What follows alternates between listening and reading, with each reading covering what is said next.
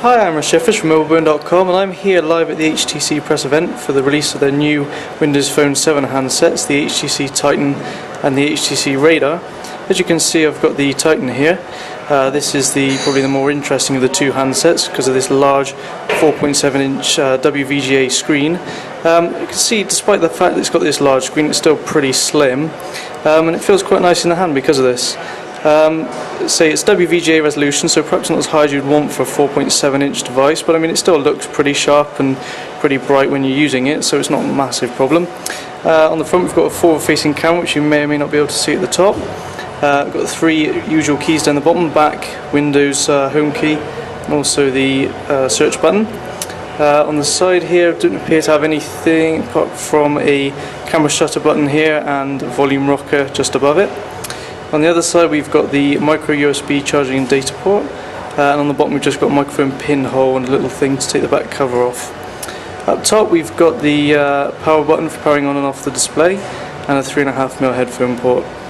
Round back we've got the 8-megapixel camera, which is capable of recording 720p HD video as well. It's got a dual LED flash, and next to that we've got the speakerphone grille there, as you can see.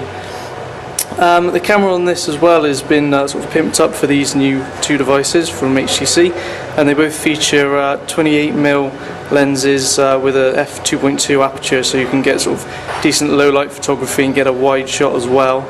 And they've got rear illuminated sensors as well, so should be a bit better camera experience on the new HTC devices than we've seen in the past. So it's got a 1.5 GHz processor as well, so you can see it's pretty snappy to go through the different menus and such. Just tap on something there, you can see the animation is quite nice. Just loading it up here in a bit of a sort of a bunker, so signal's not very good and things are taking a little while to load up. Let's try something else, like maybe go into contacts. You can see it's pretty quick there, pretty quick to scroll across and quite smooth and nice to use. Other highlights include it's got a 1600 mAh battery, so the battery should be pretty good despite the large display. Weighs 160 grams, so despite its size it's still sort of relatively average in its weight. And it's got 16 gigabytes of built-in memory as well, so room to store your photos and videos on there, and also a bit of music too.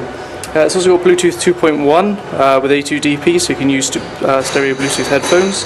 And it's also DLNA compatible, so you can sync it up to your DLNA TV and look at your photos and stuff on there as well. So altogether a fairly well stocked handset, and pretty neat looking as well. Anyway, that's a quick look at the HTC Titan. I'm Russ Jeffers from mobileburn.com.